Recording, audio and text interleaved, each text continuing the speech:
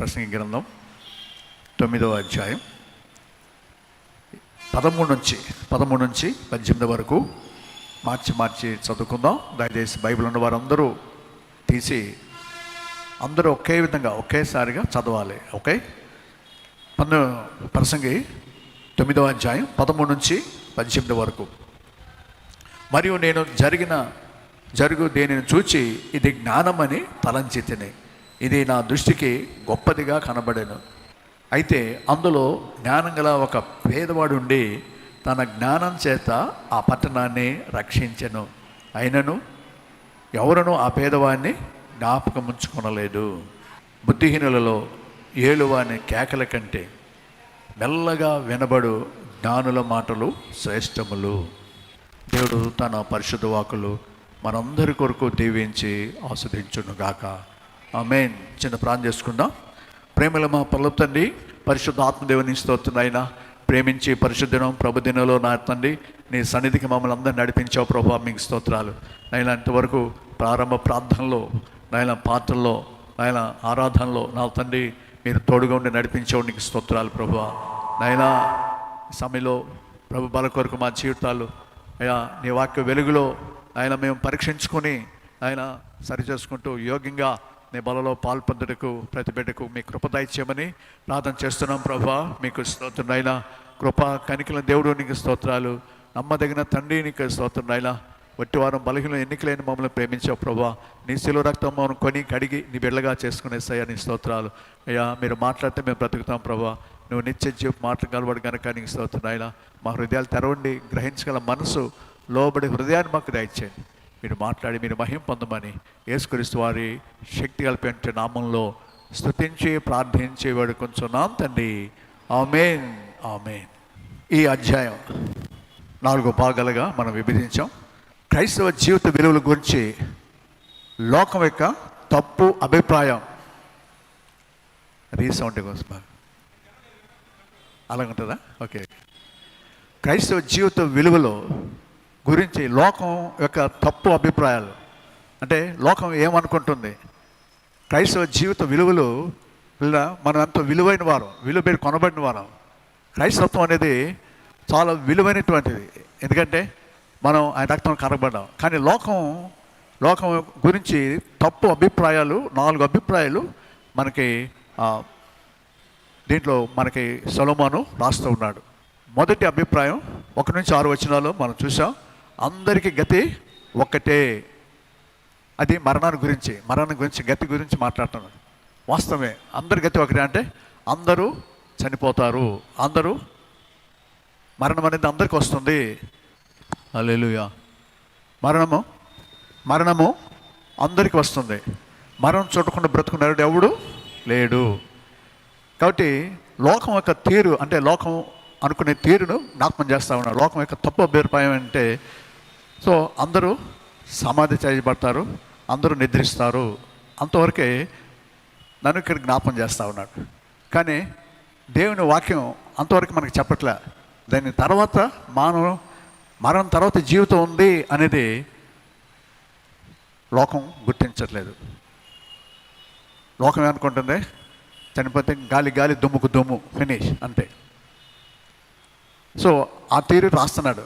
అందరి గతి ఒకటే. ఎందుకంటే నీతిమంతుడు చచ్చిపోతున్నాడు, అనీతిమంతుడు చనిపోతున్నాడు, బుద్ధి గలవారు చనిపోతున్నారు, బుద్ధి లేని వాళ్ళు అందరూ చనిపోతున్నారు.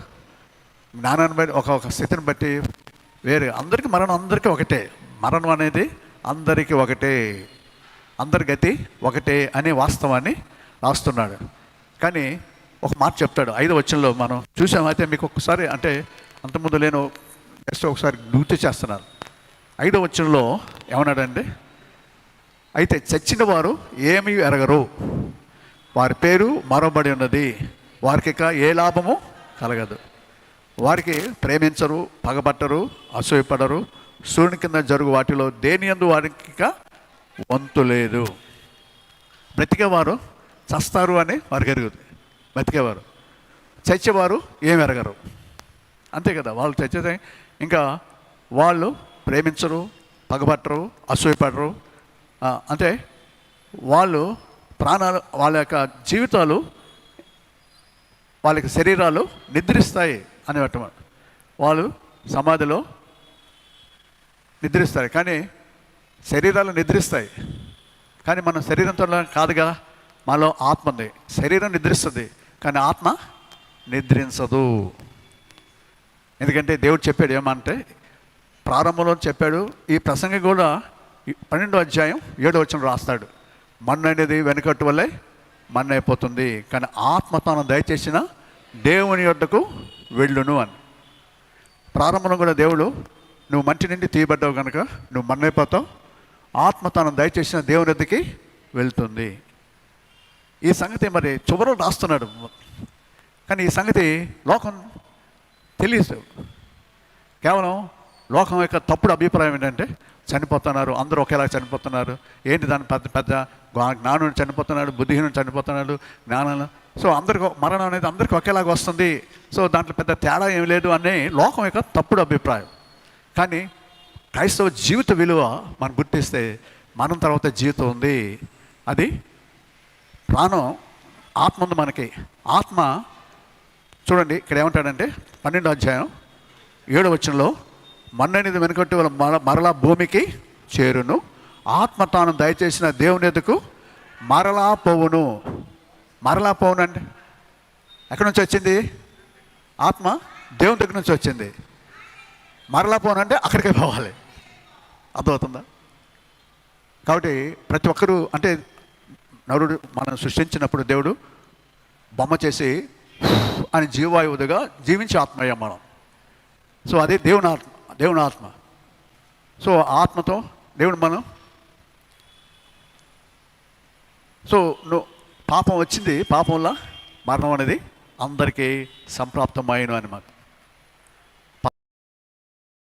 సరే, మళ్ళీ చెప్తే మళ్ళీ అసలైన పాయింట్ పోతాను నేను. అంటే జస్ట్ మీకు గుర్తు చేస్తున్నాను అనమాట. మనకి మనం తర్వాత జీవితం ఉన్నది.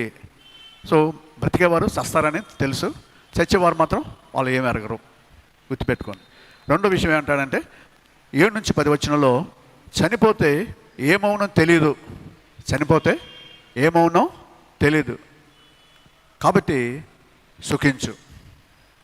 నువ్వు బతికాలం చక్కగా తిని, నా ప్రాణం తిని తాగి సంతోషించు. సో ఎందుకంటే చనిపోయిన తర్వాత ఏం తెలియదు. సో అది తప్పుడు అభిప్రాయం. లోకం గురించి, లోకం అంటే క్రైస్తవ విలువల గురించి లోకం ఇచ్చే తప్పుడు అభిప్రాయాలు ఇక్కడ రాస్తున్నాడు. చనిపోయిన తర్వాత తెలియదు కాబట్టి సుఖించు. 7 నుంచి 10 వచనాల్లో అయితే 2 విషయాలు జ్ఞాపకం చేస్తాడు సొలొమోను, లోకం యొక్క తీరు జ్ఞాపకం చేసి. అయితే క్రైస్తవ విలువ ఏంటంటే, క్రైస్తవ విలువ 2 విషయాలు. నువ్వు ఎల్లప్పుడూ తెల్లని వస్త్రాలు ధరించుకో. రెండోది ఏంటంటే, నీ తలకి నూనె తక్కువ చేయొద్దు. మరణించిన తర్వాత ఏమవుతుందో తెలియనివాడు ఈ 2 విషయాలు జ్ఞాపకం చేస్తాడు. ఎందుకు? మనం తర్వాత జీవితం ఉంది కాబట్టే తిని త్రాగు సంతోషించు. కానీ ఈ 2 విషయాలు క్రైస్తవ జీవిత విలువల్లో ఈ 2 చాలా ప్రాముఖ్యమైనవి. వస్త్రాలు, నీ ఎల్లప్పుడూ తెల్లని వస్త్రాలు ధరించుకోమని. అంటే అర్థం ఏంటంటే ప్రవర్తన. వస్త్రాలు అనేది ప్రవర్తనకు సాదృశ్యం. నీ ప్రవర్తన మంచిగా పవిత్రంగా ఉండాలి. నీ ప్రవర్తన, నీ నడవడి భయభక్తి కలిగిన జీవితం ఉంటే నీ నడవడి మంచిగా ఉండాలి. సో ఈ వస్త్రాల గురించి మనకు దేవుని వాక్యలో మనకి చాలా రక్షణ వస్త్రాలు, దేవుడు వస్త్రాలు ఇచ్చాడు మనకి. రక్షణ వస్త్రం, నీతి వస్త్రం, ఉల్లాస వస్త్రాలు, ఇలా కొన్ని ఉన్నాయి. అయితే ఈ వస్త్రాల్ని ఉతుక్కోమన్నాడు. రక్తంలో ఉతుక్కుని తెల్లగా చేసుకున్నవారు ఉన్నారు.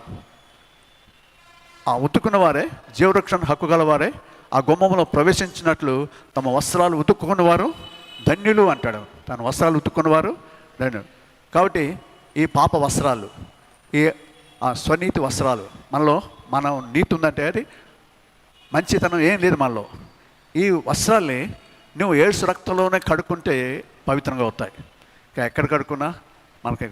సో యేసు రక్తంలో నీ ప్రవర్తన, నీ జీవితాన్ని కడుక్కుంటానికి అవకాశం. కాబట్టి అది చెప్తాడు. తర్వాత నూనె గురించి మనకు చెప్తాడు. నూనె గురించి ఏం చెప్తాడు? నీ తలకి నూనె తక్కువ చేయకము. సో నూనె అనేది అభిషేకానికి సాదృశ్యం, అభిషేకం. సో దావీదు ఏమంటాడంటే 23:5 నూనెతో నా తల అంటి ఉన్నావు అంటే అర్థం ఏంటంటే, నన్ను అభిషేకించి ప్రత్యేకపరిచావు. సో నూనె అనేది అభిషేకం, ఆత్మ అభిషేకం అనేది ఆత్మ. దేవుడు నువ్వు రక్షించబడిన తర్వాత నువ్వు ప్రత్యేకించబడిన దేవుడు ప్రత్యేకిస్తాడు. నాజీరు చేయబడటం అనేది మనకి దేవుని వాక్యం. సంసోను పుట్టినప్పటి నుంచి కూడా నాజీరు చేయమని తల్లిదండ్రులకి బోధిస్తాడు. ఇతను నా కొరకు ప్రత్యేకించుకున్నాను, నాజీరు చే, ద్రాక్షరసం కానీ ఏది కూడా తాకుండా జాగ్రత్తగా ఉంచు, నీ బిడ్డను అలా పెంచు అని చెప్తాడు అన్నమాట. కాబట్టి నువ్వు జీవిత క్రైస్తవ దేవుడు నువ్వు యేసుని కలిగి ఉంటే మనం ప్రత్యేకించబడిన వారు, లోకం నుంచి మనం ప్రత్యేకించబడిన వారు, పరిశుద్ధపరచబడ్డాడు. ఆయన రక్తం కరగమైన బిడ్డలో పరిశుద్ధపరచబడి నీతిమంతులుగా తీర్చబడ్డాం మనం. కాబట్టి ఇది తక్కువ చేయొద్దు అంటే నువ్వు పరిశుద్ధంగా ప్రత్యేకంగా ఉండు. లోకంలో నుంచి మనం వచ్చాం, కానీ లోక సంబంధం కాదు, లోకానికి చెందిన వారం కాదు అనే సత్యం. సో ఈ ఫలితం ఏంటంటే, గుర్తుపెట్టుకోండి జీవిత విలువలో దీని ఫలితం అంటే, ఈ తెల్లని వస్త్రాలు ఎల్లప్పుడూ ఎందుకు ధరించుకోమన్నాడో, లేకపోతే నూనె ఎందుకు తక్కువ చేయొద్దనంటే దాని ఫలితం ఏంటంటే 3 విషయాలు చెప్తాడు. 3 విషయాలు దేవుని వాక్యం మనకు చెప్తుంది. సమృద్ధి గల జీవితం వస్తుంది. సమృద్ధి గల జీవితం. సొలొమోను కాలంలో జ్ఞానం స్వర్ణ యుగం అంటారు దానిలో. సో దేవుడు ఆ భయభక్తులు ఎదిగిన వాళ్ళందరూ కూడా స్వర్ణయుగం, వాళ్ళకి సమృద్ధి అనే జీవితం వస్తుంది. రెండోది ఇతరులకి ఉపయోగపడే జీవితం ఉంటుంది. ఇతరులకి ఉపయోగపడే జీవితం. నువ్వు యేసుని తెలుసుకుంటే, దేవుని గురించిన జ్ఞానం నీకు వస్తే నువ్వు ఉపయోగపడతావు, అందరికీ ఇతరులకి ఉపయోగపడతావు. ఒనేసిము నిష్ప్రయోజనవాడు, అంతకుముందు క్రైస్తవుడే, కానీ ఎప్పుడైతే మరి తన వస్త్రాలు ఉతుక్కున్నాడో, తన నూనె అంటే తలకి దేవుని అభిషేకం ఆయనకి వచ్చిందో, ఆయన ఉపయోగపడేవాడిగా అయిపోయాడు. అందుకనే జైల్లో దేవుడు అతను పట్టుకున్నాడు పౌలు ద్వారా. సో ఫిలోమోనుకి లెటర్ రాస్తూ, మునుపు నీకు నాకు నిష్ప్రయోజనం కానీ ఇప్పుడు ప్రయోజనకారయ్యాడు, కాబట్టి తీసుకో, వాడుకో అన్నట్టు. సో కాబట్టి ఈ రెండు ఉండటం వల్ల మన జీవితంలో దేవుని బిడ్డలారా మనం అనేకులకు ఉపయోగకరంగా ఉంటాము. మూడోది సంతోషకరమైన సాక్ష్య జీవితం కలిగి ఉంటాం. ఈ రెండు నువ్వు కలిగి ఉంటే, వింటున్నారా, అర్థమవుతుందా? ఈ రెండు కలిగి ఉంటే, ఏది తెల్లని వస్త్రాలను ఉతుక్కుని నువ్వు తెల్లగా చేసుకుంటూ, తర్వాత నూనె తక్కువ కాకుండా అనగా దేవుని అభిషేకం ఎప్పుడు కూడా దేవుని అభిషేకం మీ మీద ఉంది కనుక మీరు ధన్యులు అంటాడు దేవుని ఆత్మ. సో దేవుని ఆత్మకు లోబడుతూ ఆత్మానుసారంగా జీవిస్తే నీలో సాక్షి జీవితం ఉంటుంది. సో 3 సమృద్ధి అనే జీవితం ఉంటుంది. రెండోది ఇతరులకి ఉపయోగపడే జీవితం ఉంటుంది నీకు. మూడోది సాక్ష్య జీవితం ఉంటుంది. సమరేశ్వరి ఎప్పుడైతే ఆ అభిషేకం పొందుకుందో అప్పుడు పాపి భయంకరమైన జీవితం, కానీ తన పాప జీవితాన్ని ఆ కుండని అక్కడ వదిలేసింది. నాకొద్దు అని వెంటనే వెళ్ళిపోయి ఆమె హృదయంలో ఎప్పుడైతే విశ్వసించిందో, మెస్సయ్య నేనే అంటే ఆమె విశ్వసించింది. వెంటనే విశ్వసించిన ఆమెలో హృదయంలో పొంగి పొరలేటువంటి జీవజలం ఆలోచించి వచ్చింది. హల్లెలూయా. వెంటనే వెళ్ళి నేను చేసినవాడు నువ్వు నాతో చెప్పినవాడు ఈయన క్రీస్తు కాడా అనే సాక్ష్యం అనేకులకు చెప్పి అనేకులు ప్రభు దగ్గర తీసుకొచ్చింది. దేవునికి స్తోత్రం. కాబట్టి గుర్తుపెట్టుకోండి, చనిపోయిన తర్వాత ఏమవుతుందో తెలియదు కాబట్టి సుఖించమన్నాడు.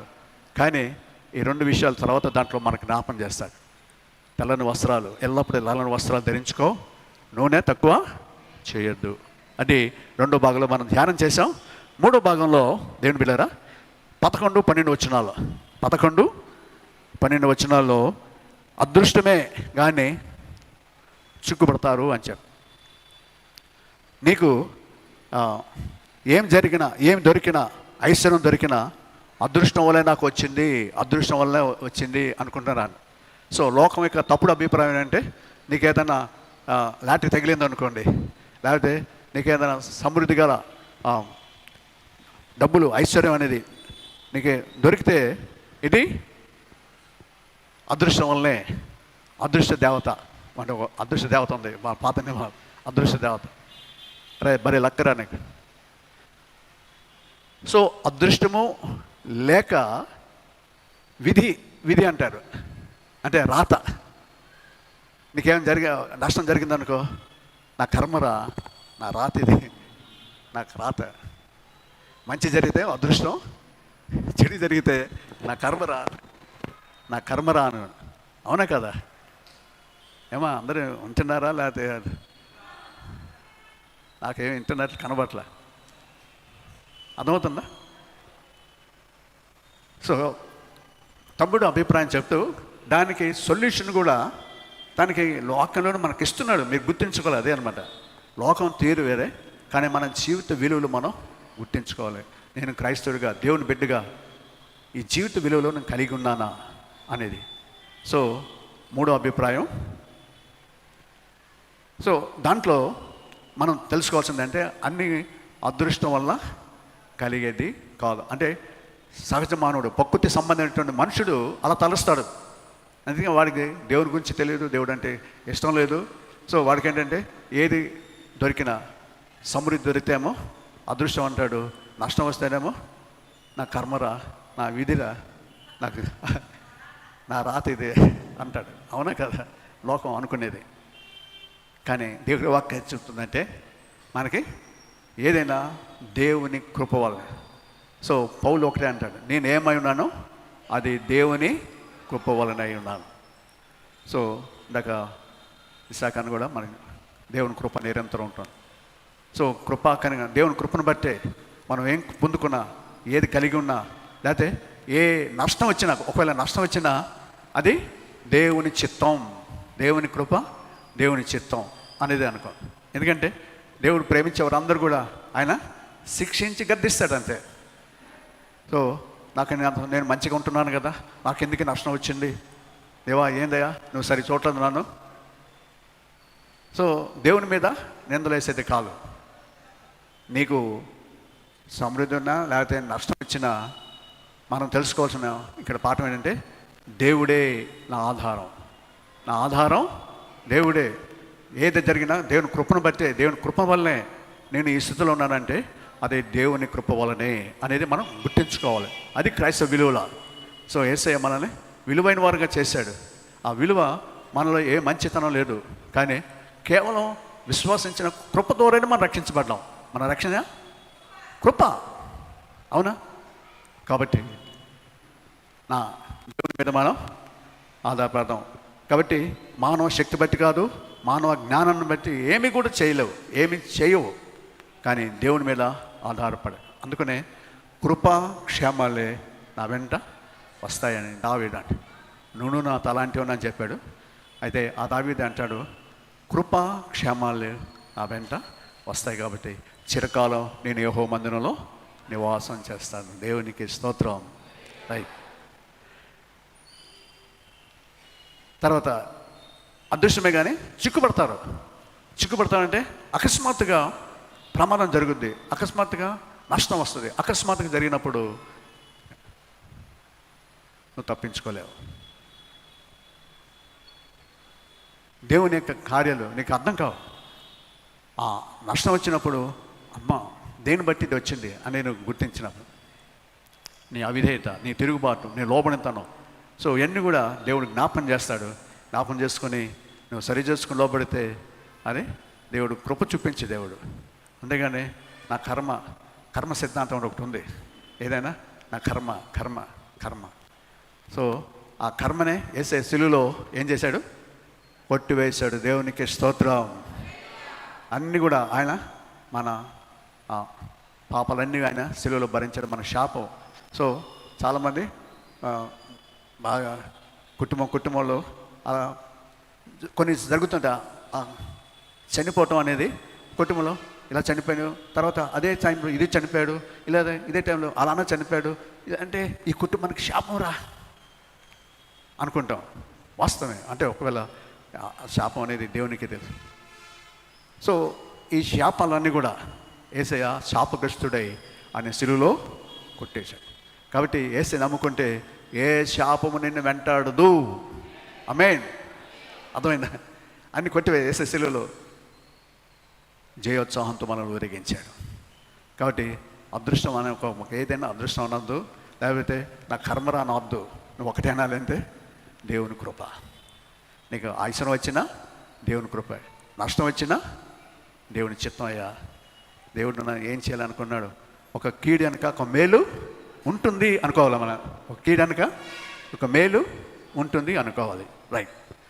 సో ఎంతవరకు అని చెప్పింది. ఇప్పుడు ఈరోజు మనం 13 నుంచి 18 వచనాల్లో 4వ తప్పుడు అభిప్రాయం ఏంటంటే, పేదవారి జ్ఞానం తునీకారం. ఈ భాగంలో 4వ తప్పుడు అభిప్రాయం అంటే, పేదవాడికి జ్ఞానం ఉన్నా వాడు జ్ఞానం తునికరిస్తారు. లోకం ఏమిటంటే ఈడంట ఏ తొట్టగాడు, వాడు జ్ఞానం గల ఒక పట్టణాన్ని రక్షించినా కానీ వాళ్ళు గుర్తించరు, తునికరిస్తారు, వాడి జ్ఞానాన్ని తునికరిస్తారు. దాని గురించి అద్భుతమైన విషయాలు మనకి జ్ఞాపకం చేస్తాడు. ఒక ఉదాహరణ అంటే, ఇది జ్ఞానము అని తలంచాడంట సొలొమోను. ఏమనుకోనంటే ఇది జ్ఞానమని తలంచాడు అని చెప్పి ఒక ఉదాహరణ చెప్తాడు. అమ్మ వినండి జాగ్రత్త. ఏమన్నాడు? ఒక పట్టణం ఉంది. ఏదే ఒక చిన్న పట్టణం ఉంది. దాని అందు కొద్దిమంది కాపురం ఉంటున్నారు. దాని మీదకి ఒక గొప్ప రాజు వచ్చి దాన్ని ముట్టడి వేసి దాని ఎదుట గొప్ప బురుజులు కట్టించాడంట. అందులో జ్ఞానం గల ఒక పేదవాడుండి తన జ్ఞానం చేత ఆ పట్టణాన్ని రక్షించాడంట. అయినా ఎవరు కూడా ఆ పేదవాని జ్ఞానాన్ని ఉంచుకొనలేడు అని చెప్పి జ్ఞానం ఎంత శ్రేష్టమైన 3 విషయాలు అద్భుతంగా చెప్తాడు. ఏంటి దీని అంటే ఈ ఉదాహరణ ఏంటంటే, గుర్తుపెట్టుకోండి, ఒక పట్టణం ఉంది. ఆ పట్టణమే లోకం. ఆ పట్టణం ఏంటి? ఒక చిన్న లోకంలో కొద్దిమంది కాపురం ఉంటున్నారు, లోకంలో జనాలు. అయితే దాంట్లో ఒక పేదవాడు ఉన్నాడు. అయితే గొప్ప రాజు వచ్చి ఆ చిన్న పట్టణం మీద దాడి చేసి బురుజులు కట్టాడు. ఎవరు ఆ గొప్ప రాజు అంటే? సాతాను. ఆ గొప్ప రాజు ఎవరు? సాతాను. వచ్చి దాడి చేసి, సో ఈ అంటే బుద్ధి లేని అంటే వీళ్ళు ఎవరంటే, ఉదాహరణగా ఆదాము అవ్వలు అనుకుందాం. ఆ చిన్న ఊరు అంటే చిన్న పట్టణం, వాళ్ళిద్దరూ ఉన్నారు. సాతాను వచ్చి ఏం చేశాడు? వాళ్ళని ఓడించాడు. వాళ్ళు కూడా దేవుడు వాళ్ళకి అధికారం ఇస్తే అధికారాన్ని మీరు చావరు, ఇది నిజమా అని చెప్పి ఏం చేసింది? వాళ్ళు ఓడిపోయారు. అయితే ఆ పట్టణంలో ఇక్కడ పేదవాడు, ఇక్కడ ఏమన్నాడంటే, దానిలో జ్ఞానం గల పేదవాడు ఎవరంటే దేవునికి స్తోత్రం. ఆ పేదవాడు క్రీస్తే. ఎందుకంటే పాపం చేసినప్పుడు ఆదికాండం 3:15లో ఈ సంతానానికి శరీర సంతానానికి వైరం కలిగి నీ మీద కొడుతుంది, మరి మీద కొడుతుంది. సో యేసయ్య జ్ఞానం కలిగి ఈ లోకానికి వచ్చి ఆయన ఓడిపోయిన అంటే సాతాన్ని ఆయన జ్ఞానాన్ని తన బిడ్డలకి ఇచ్చాడు. అది ఇక్కడ జ్ఞాపం చేస్తామంట. అందుకని ఇక్కడ 3 విషయాలు చెప్తాడు చూడండి. బలము కంటే జ్ఞానమే శ్రేష్టం. గుర్తుపెట్టుకోండి. మొదటిది 16 వచనంలో పేదవాని జ్ఞాపకం అనక యేసయ్య జ్ఞానం గలవాడు. ఆయన అంత జ్ఞానం అంటే 12 సంవత్సరాలప్పుడు ఆయన చెప్తుంటే, అరే ఇంత జ్ఞానం ఈయనకి అక్కడి నుంచి వచ్చింది, ఇంత పాండిత్యమైన అక్కడ ఏ స్కూల్లో చదువుకున్నాడు, ఏ కాలేజీలో నేర్చుకున్నాడు, ఎక్కడ నేర్చుకున్నాడు, ఈ జ్ఞానం ఎక్కడి నుంచి వచ్చింది ఈయనకి అని శాస్త్రులు పరిచయులు ఆ మందిరంలో ఉన్నటువంటి వాళ్ళు ఆయన వాళ్ళతో కూర్చుని వాళ్ళతో సంభాషిస్తూ మాట్లాడుతుంటే ఆశ్చర్యపోతారు. ఇది మనకు తెలుసు. మత్తయి సువార్త 4వ అధ్యాయం 22వ వచనంలో. కానీ ఇక్కడ మొదటి విషయం ఏం చెప్తాడంటే, సాతాను బలము కంటే క్రీస్తు జ్ఞానము శ్రేష్టమైనది. దేవునికి స్తోత్రం. సాతాను బలము కంటే, అంటే బలము కంటే జ్ఞానమే శ్రేష్టమని రాస్తున్నాడు. అవును, ఏ బలం? సాతాను బలం. సాతాను కూడా కొంచెం బలం ఉంది. సాతాను బలము కంటే కూడా జ్ఞానము శ్రేష్టం అని మొదలు చెప్తాడు. రెండో విషయం ఏంటంటే, కానీ పేదవారి జ్ఞానం తుణీకరించబడింది, వారి మాటలు ఎవరు కూడా లక్ష్యము చేయరు. క్రీస్తు గురించిన జ్ఞానాన్ని గురించి, ఆ జ్ఞానం ఏంటో, ఆయన జ్ఞానం ఎక్కడి నుంచి వచ్చింది? ఆయనే జ్ఞానం. ఆయన జ్ఞానం, అయిన దేవుడు. ఆయన జ్ఞానం, బుద్ధి, జ్ఞానం, సర్వసంపదలు దేంట్లో ఉన్నాయి? క్రీస్తులో గుప్తమై ఉన్నాయి. నువ్వు ఆయన ఎరిగితే, ఆయన తెలుసుకుంటే ఆ జ్ఞానాన్ని నువ్వు సంపాదించుకుంటావు అనేది దేవుని వాక్యం. అందుకనే జ్ఞానాన్ని గురించి సామెతల గ్రంథం 9వ అధ్యాయం రాస్తాడు. ఈ జ్ఞానం లేని వారు వచ్చి జ్ఞానం ఏంటో తెలుసుకోండి అంటాడు. వచ్చి భుజించండి, రెండోది వచ్చి నేర్చుకోండి, మూడోది వచ్చి జీవించండి అని 3 పదాలు నేను 9వ అధ్యాయం సామెత 9లో మీకు చెప్పాను ఆల్రెడీ. జ్ఞానం అంటే ఎలా వస్తుందో. సరే, కాబట్టి ఇక్కడ రెండో విషయం చెప్తున్నాడంటే, బుద్ధిహీనుల్లో ఏలువాని కేకల కంటే మెల్లగా వినబడు జ్ఞానుల మాటలు శ్రేష్టములు అంటాడు. బుద్ధిహీనులు ఏలువాని కేకలు అంటే రాజకీయ వాళ్ళు వేసే కేకలు అంటే లోకంలో దేశం భారతదేశం హిందూ దేశం, హిందువులది, ఆమె ఇండియా ఫర్ హిందూస్ అనేటువంటి కేకలు మనం చూస్తున్నాం. సో ఈ కేకల కంటే దేవుడు అంటాడు, మెల్లగా వినబడే జ్ఞానుల మాటలు శ్రేష్టము. అనగా మెల్లగా వినబడే సువార్త మాటలు, సువార్త చెప్పే సత్యాలు, యేసయ్య చెప్పని మాటలు, ఆ వాక్యం జీవితాల్ని మార్చుద్ది, బ్రతుకుల్ని మార్చుద్ది. స్త్రీలు అనుకుంటారు మీరు మతాన్ని మారుస్తున్నారు. సో దేవుని మాటలు జ్ఞానాన్ని ఇస్తాయి, జ్ఞానాన్ని ఇస్తాయి. అది వాళ్ళకి తెలియదు. మీ మతంలోకి మేము మార్చుకుంటున్నారు, మీ మతం మార్పిడి చేస్తున్నారు అనేది వాళ్ళ యొక్క కేకలు అన్నమాట. మతం మార్పిడి. అందుకని చాలామందిని తీసుకెళ్ళి జైల్లో వేస్తున్నారు. అన్యాయంగా వాళ్ళ మీద తప్పుడు కేసులు పెట్టి వాళ్ళని జైలుకి అప్పగిస్తున్నారు. కానీ నిజమైన జ్ఞానం ఏంటో, యేసుక్రీస్తులో ఉన్న జ్ఞానం ఏంటో, ఆయన ఎవరో, ఆయన ఏమై ఉన్నాడో, ఆయన ఈ లోకానికి ఎందుకు వచ్చాడో అనే సువార్త వాళ్ళకి వినిపించబడుతున్న దాన్ని కప్పిపెట్టి మీరు యేసుని గురించిన ఆ సువార్త లేదా ఆపటానికి ప్రయత్నం చేస్తున్నారు. కానీ దేవుని వాక్యం చెప్తుంది, ఎవరు కూడా సువార్త ద్వారాలు మూయలేరు. నమ్మిన వారు దేవుని స్తోత్రం చేస్తారు. హల్లెలూయా. ఎవరు తెరవలేరు. మూసింది ఎవరు తెరవలేరు, తెరిచిన దాన్ని ఎవరు మూయలేరు. సో ఆయన స్వాధీనం అది దేవుడు. ఎందుకంటే ఆయన సర్వాధికారి, ఆయన సమస్తం ఏలుచున్న దేవుడు, ఆయన సర్వాధికారి. కాబట్టి ఈ బుద్ధిహీనుల మాటలు, వాళ్ళ యొక్క బుద్ధిహీనులలో ఏలువాని కేకలు, వీళ్ళు మాటలు కాదు, కేకలే, అరుస్తుంటారు అంతే. కేకలో ఏ జ్ఞానం లేదు వాళ్ళు. కానీ మెల్లగా వినబడే జ్ఞానుల మాటలు. సో జ్ఞానుల మాటలు ఎలాగుంటాయి? దయ కలిగి ఉంటాయి.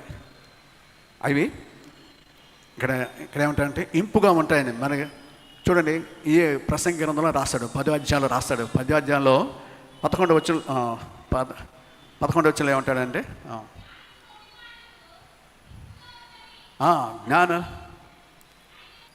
అర్థమవుతుందా? జ్ఞానుల మాటలు ఇంపుగా ఉంటాయి, బుద్ధిహీనుల నోరు వానినే మింగివేయను. చాలు. జ్ఞానుని నోటి మాటలు ఇంపుగా ఉంటాయండి, బుద్ధిహీనుని నోరు వానినే మింగివేస్తాయి. అంటే ఆయన చెప్పే మాటలు వాడినే నాశనం తీసుకెళ్తాయి. కానీ జ్ఞానుల మాటలు ఇంపుగా ఉంటాయి, అవి దయగల మాటలు అంటాడు. మనకి లోకాసువార్త 4:22లో యేసయ్య చెప్తున్న మాటలు దయగల మాటలు అయ్యి.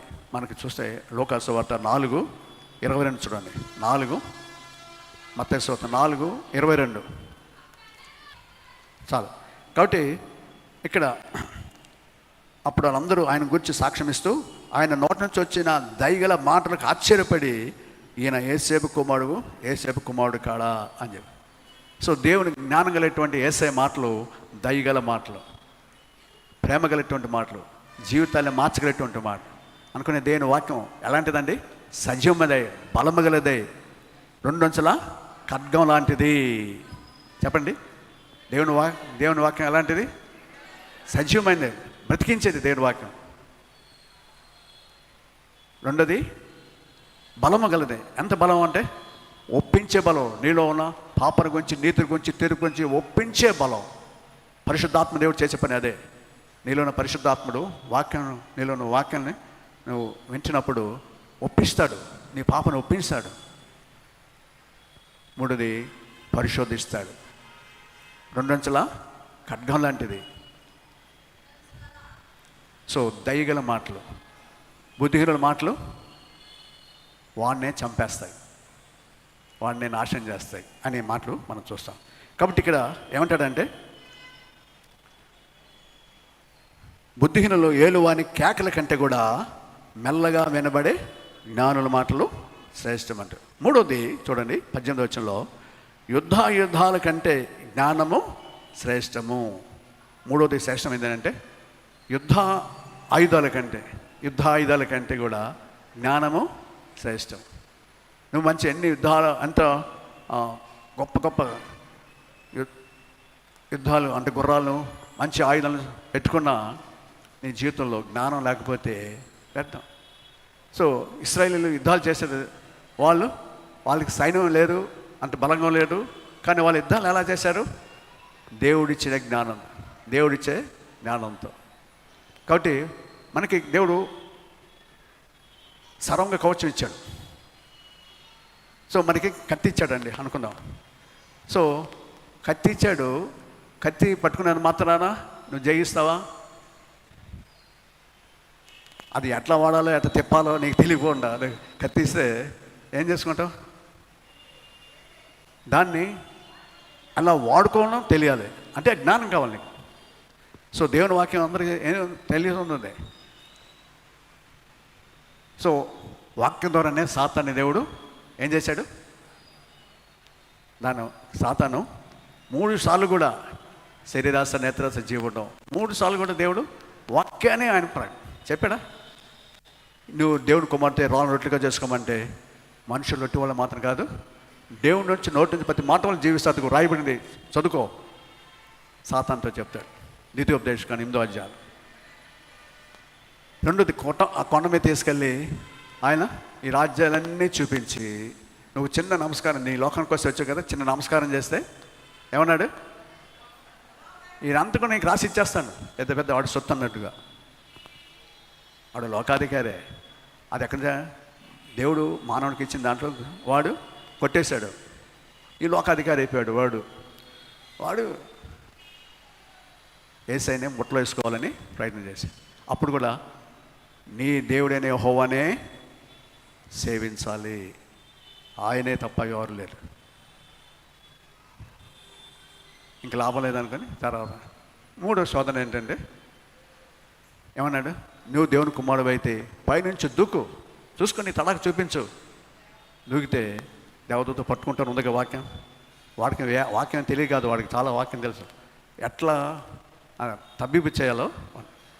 సో ఎందుకు చెప్తున్నానంటే ఆయన జ్ఞానం అనే దేవుడినే ఏం చేయాలని, వాడి మాటల చేత, వాడి యొక్క కుయుక్తి గలవాడు కదా సాతాను, కుయుక్తిల మాటల చేత యేసయ్యను వశం చేసుకోవాలని పైన 3 సార్లు కూడా వాక్యం ఇలా రాబడింది.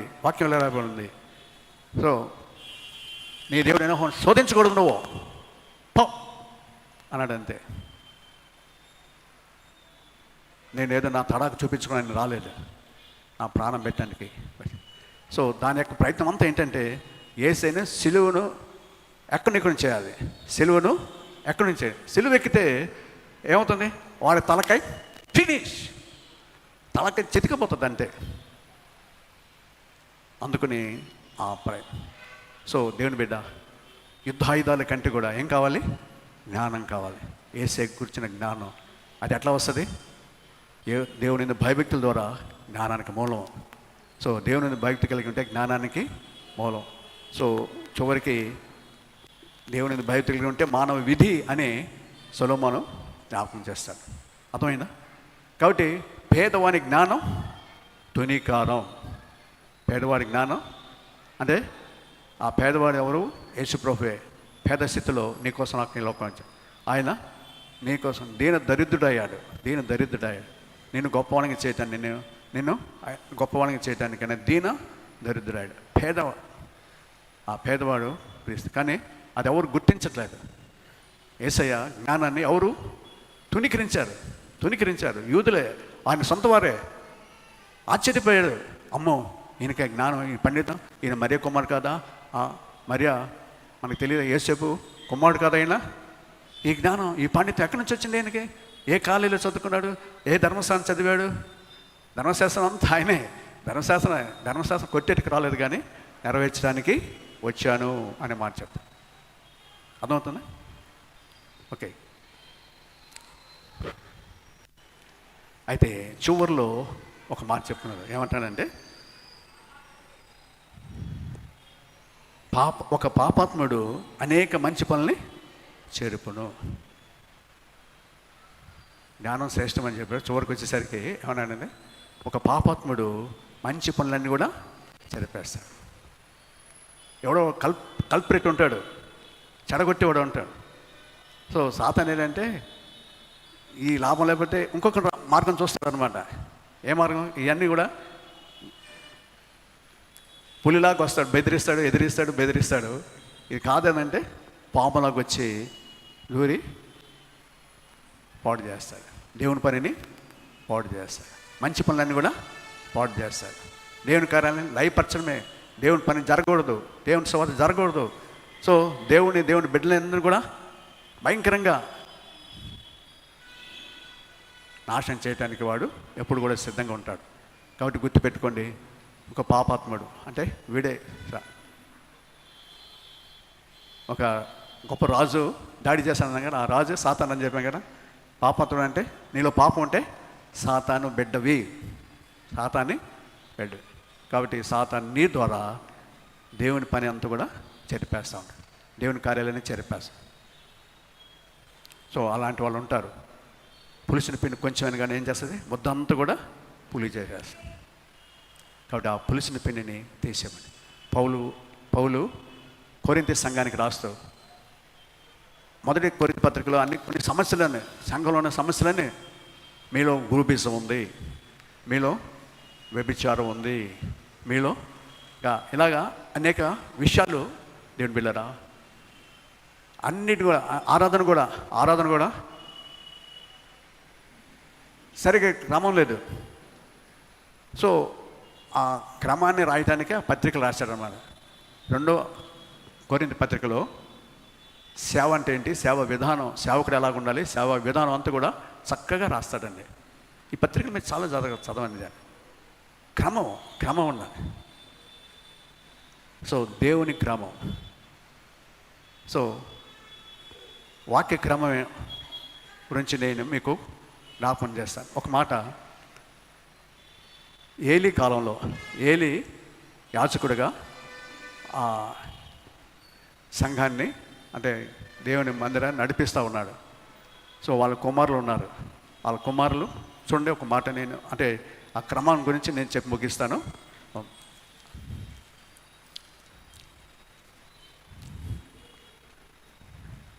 సమూయేలు గ్రంథం, మొదటి సమూయేలు గ్రంథం 2వ అధ్యాయం. మొదటి సమూయేలు గ్రంథం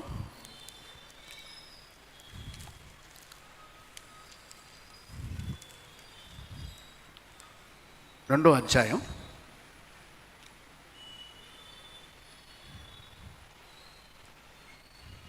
27 నుంచి చదువుతున్నాను.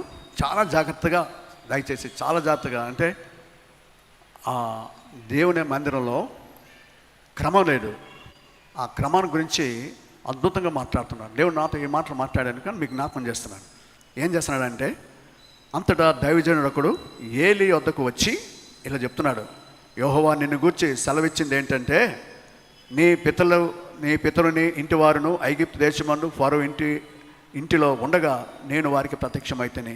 అతడు నా ముందర ఏఫోదును ధరించి నా బలిపీఠం మీద అర్పణము ధూపాన్ని అర్పించుటకై నాకు యాజకుడు అగునట్లు ఇశ్రాయేలు గోత్రంలో నుండి నేను అతన్ని ఏర్పరచుకొంటిని.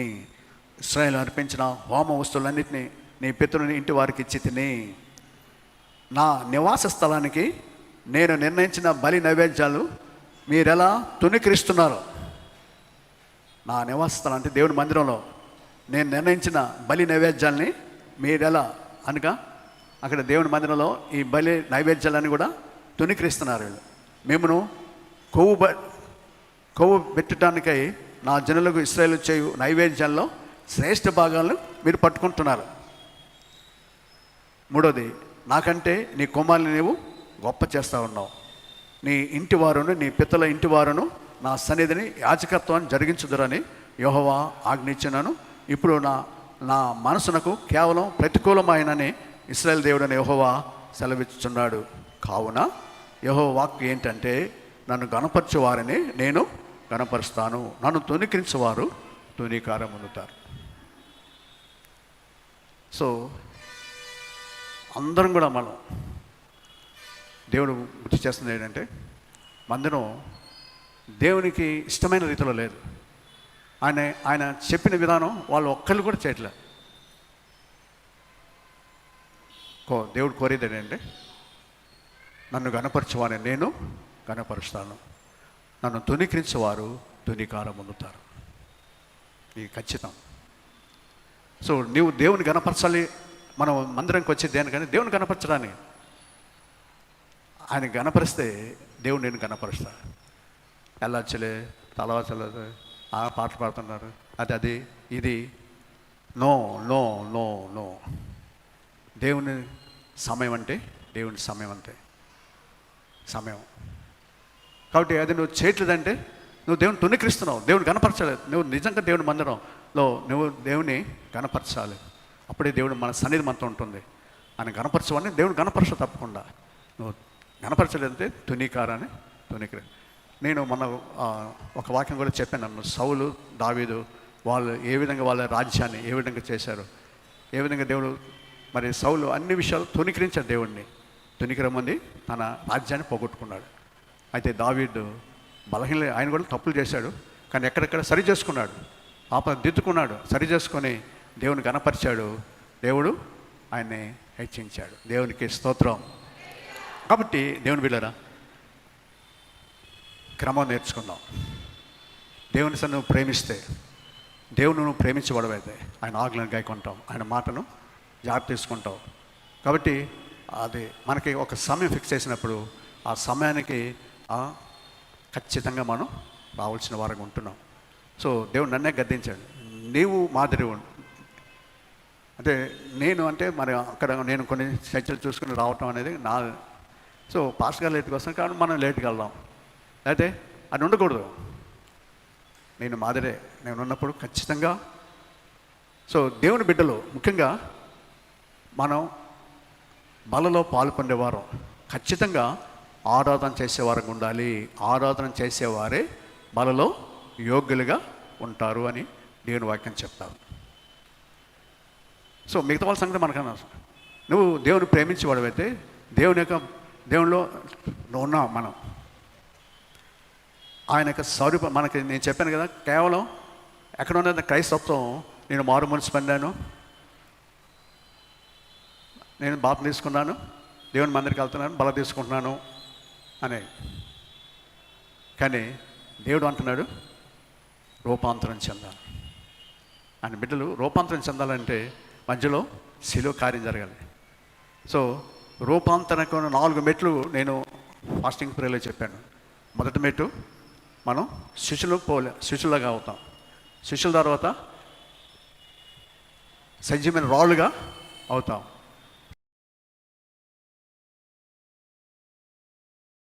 యాజకులుగా, ప్రతి ఒక్కరు యాజకులేనండి. అంటే రక్షణ పొందిన ప్రతి ఒక్క బిడ్డ దేవుడు రాజులన యాజక సమూహం చేశాడు. నమ్మిన వారు దేవుని స్తోత్రాలు చెల్లిద్దాం. హల్లెలూయా. కాబట్టి నేను కోరేది ఏంటంటే, నువ్వు ఆరాధన చేయకుండా, ఆరాధనకి రాకుండా నీవు బలలో పాలు పొందటం అనేది యోగ్యత లేదు. నువ్వు తీసుకుంటే నేను అపరాధిగా నువ్వు ఎంచుకుంటున్నావు. దేవుని నీవు తుణీకరిస్తున్నావు అని గుర్తుపెట్టుకోండి. అంతే, నేను ఇంకేమంటలా. ప్రతి వారం తీసుకోండి. అందుకనే సిద్ధపాటు అనేది. నీ హృదయం దేవుని దగ్గర సరిగా ఉందా? అట్లా తీసేసుకో. చెడుతనం.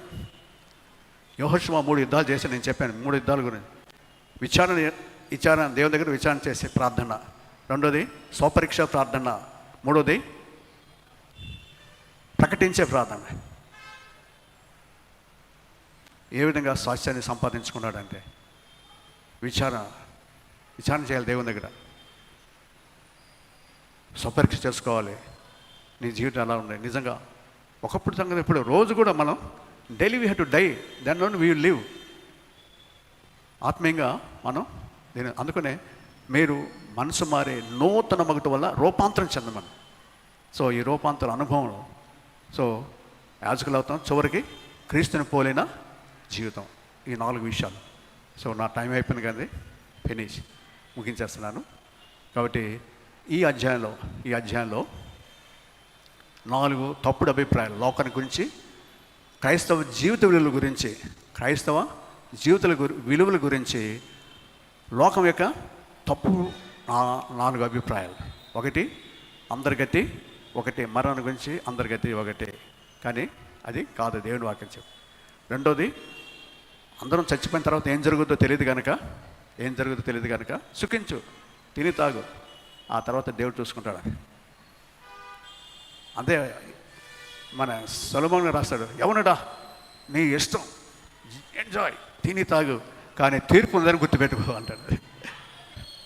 తీర్పు ఉంది గుర్తుపెట్టుకో. అప్పుడు ఏమవుతుంది, ఎంజాయ్ చేసుకోవాలనుకుంటాడు, అమ్మో తీర్పులోకి వచ్చిన పరిస్థితి ఏంటి అని. సో అంత జ్ఞానం ఆయన అంత అలాగా చెప్తాడు అనమాట. సరే, కాబట్టి ఈ 4 తప్పుడు అభిప్రాయాలు గుర్తుపెట్టుకోండి. అందరి గతి ఒకటే, అది మరణం. కానీ క్రైస్తవుడి గతి వేరు.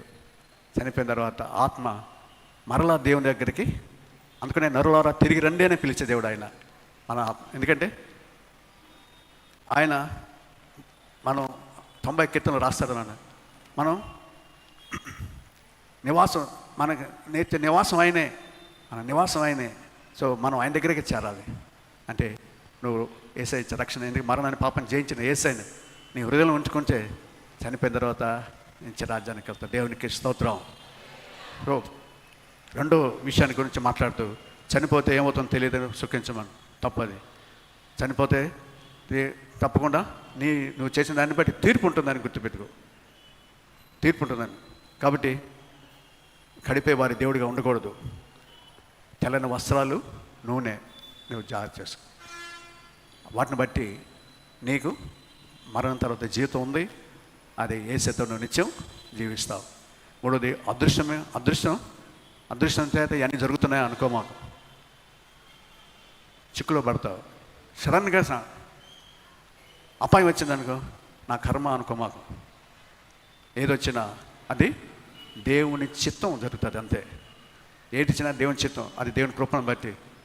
సో ఐశ్వర్యం వస్తే దేవుని కృప, నష్టం వచ్చినా అది దేవుని చిత్తం. నీ జీవితాన్ని బాగు చేయాలని, ప్రేమించాలని శిక్షిస్తాడు ఆయన. ఇప్పుడు ఎవరిని నాశనం చేయాలని కోరుకోడు, అది గుర్తుపెట్టుకో. మూడోది పేదవారి జ్ఞానం తునీకారం. సో యేసయ్యని కలిగిన నువ్వు జ్ఞానం కలిగి ఉంటే నేను తునీకరిస్తాను. ఎందుకంటే యేసయ్యని తునీకరించింది, నువ్వు కూడా తునీకరించదు లోకంలో. అయితే నీ జ్ఞానం నిజంగా దేవుడు ఆస్వాదించి అనేకులకి నువ్వు దేవునిగా ఉంటావు, అనేకులకు ఉపయోగకరంగా ఉంటావు. సో నీ జీవితం ఎలా ఉంటుందంటే సమృద్ధి గల జీవితం ఉంటుంది, ఇతరులకు ఉపయోగపడే జీవితం ఉంటుంది, సంతోషకరమైన సాక్ష్య జీవితం నీకు. అట్టి కృప మనకందరికీ దయచేయునుగాక. ఆమేన్. ప్రార్థన చేసుకుందాం. ప్రేమ నమ్మకైన మా పరలోక తండ్రి, పరిశుద్ధ ఆత్మదేవుని స్తోత్రం నాయన. ప్రభా, సొలొమోను క్రైస్తవ విలువల గురించి లోకం ఇచ్చే తప్పుడు అభిప్రాయాలు 4 జ్ఞాపకం చేస్తున్నాడు. దాంట్లో నిజంగా వాటికి తగినటువంటి జవాబు కూడా ఆయనే మీరు జ్ఞాపకం చేస్తున్నాడు. ప్రభా, మీకు స్తోత్రం నాయన. పేదవాని జ్ఞానం తునికరమే ప్రభా. ఎందుకంటే యేసయ్య నిన్ను తునీకరించింది. ఇంత జ్ఞానం ఎంత చెప్పినా కానీ ప్రభా, అయా పాపాత్ముడు మంచి పనులను చెరిపేసేవాడుగా ఉంటున్నాడు. అయ్యా వాడు జ్ఞానం తెచ్చుకొని జీవితాలు మార్చుకోలేకపోతున్నాడు ప్రభా. మీరే కనికరించి సహాయం చేయండి. మా జీవితాన్ని బట్టి నీకు వందనాలు ప్రభా. అయ్యా పాపం చచ్చినాము, నువ్వు మమ్మల్ని క్రీస్తులో బతికించి మన నూతన పరిచావు ప్రభా. మీకు స్తోత్రాలు అయ్యా. ఒక క్రమం మేము నేర్చుకునే ప్రభా.